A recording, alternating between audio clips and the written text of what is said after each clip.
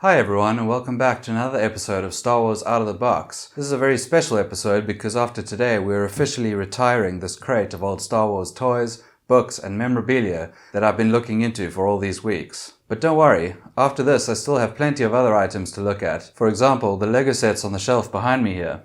I also have books and other memorabilia that never saw their way into this box that I'll still be reviewing, some of which have never even been opened. So stick with me as I continue to review these items in the coming weeks. But for now, let's see what the last item in the box is.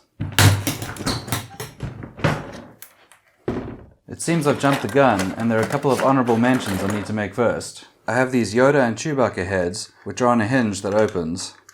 I have a feeling that you're meant to put a lollipop down the middle of this, so that you could suck on it for half a day and then close it again. Quite disgusting. Here's one in Chewbacca as well. Then similar size, I have C-3PO and Yoda heads, but they don't have any hinges, they just have an opening. Possibly finger puppets? It's hard to say. I have this sandcrawler, which when you open the side, lets out a little R2-D2. And I've only just discovered that underneath it says JS, which stands for Jonathan Shaban, a good friend of mine from primary school that I probably stole this from, who ended up playing in bands with me about 20 years later. This was a promotional toy that came with a KFC chickie meal, as far as I remember, and it was one of about 5 or 6 that you could collect.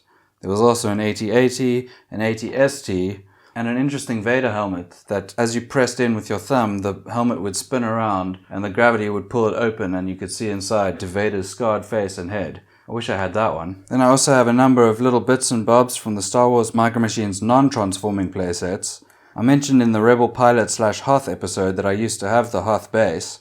It appears that I also had the Endor base, as these are clearly the trees, the satellite that's part of the shield generator for the Death Star 2, and these little logs that were part of the Ewoks traps for the AT-STs and the rest of the Imperials. Speaking of Hoth though, this would have been the power generator, and when you pressed a button down it would fire out as if it had been successfully targeted by the AT-ATs. Also have 3 of these little satellite-looking cannons that the Rebels use on Hoth. I really don't know where the rest of these sets went, but it's kind of nostalgic to look at these pieces. And then this single piece from the Jabba's Palace set, the skiff that Luke Skywalker is meant to be prodded off and down into the mouth of the mighty Sarlacc. I also have these Luke and Han figurines. I never really collected this size figure, but I really like these two.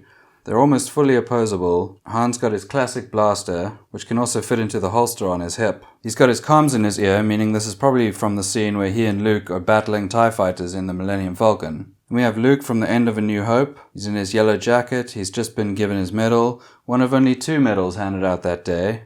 Justice for Chewbacca. He also has his lightsaber on his belt, and it looks like a holster on his leg, but I don't seem to have a piece for it. He's also fully articulated. And then an item that I'm glad I have, because it's an interesting part of Star Wars history. It's a popcorn box from the Star Wars Special Edition trilogy being released in theaters. The artwork is really neat. You've got the Star Wars Trilogy Special Edition, and then release dates. Star Wars 20 March 1997, The Empire Strikes Back 11 April 1997, Return of the Jedi 25 April 1997. Gosh, people were in for a big surprise back then. Why did Han wait for Greedo to shoot at him before he took him out?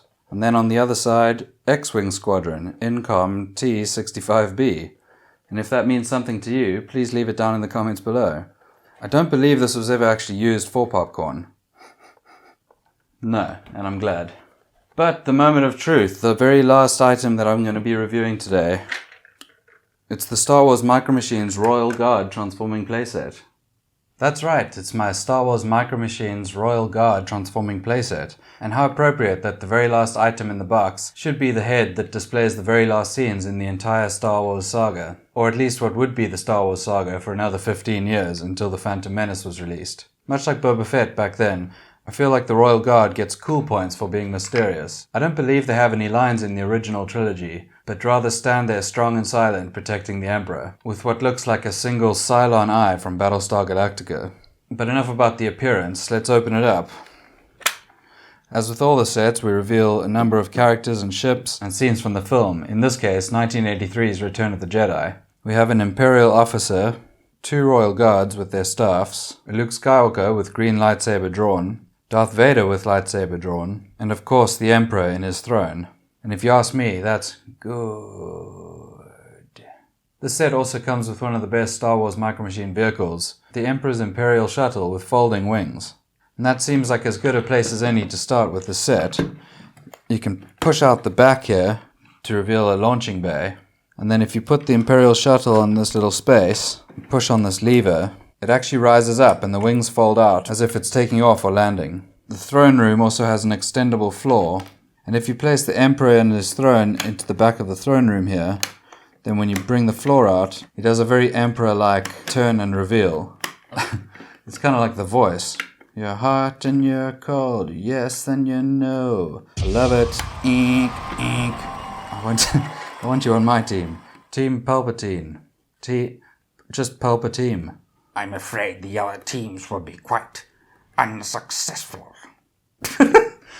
So we can place the Royal Guard at the sides of the Emperor and have Luke and Vader's final battle take place in front of him. This would be just moments before Luke is toying with the idea of taking his weapon and striking him down.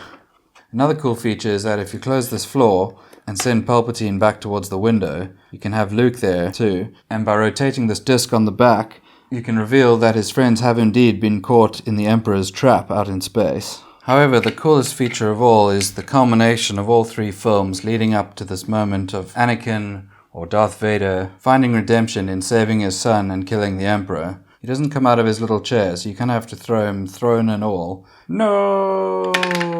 Never to be seen again. Unless somehow he returns. Luke also has his saber raised way up high over his shoulder, which makes me think that he's mid-rage, after Vader's just said something like, "A sister.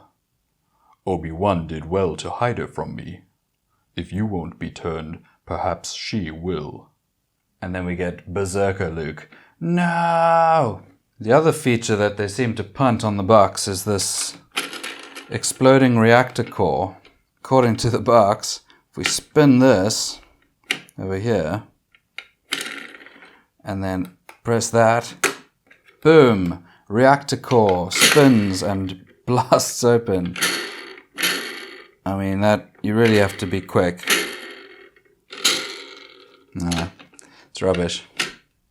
Anyway, it's a bit underwhelming for what should be the climax of the film, where the rebels managed to destroy the Death Star too. But other than that, the set is really great.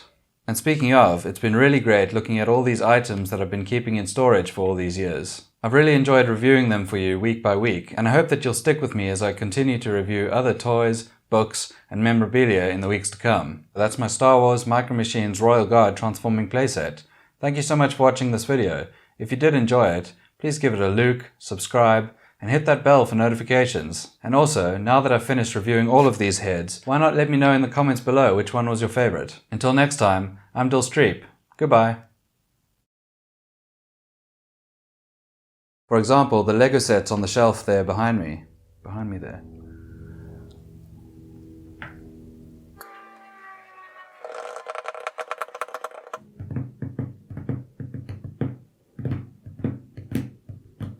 Which when you open the side, of course I can't do that without fingernails.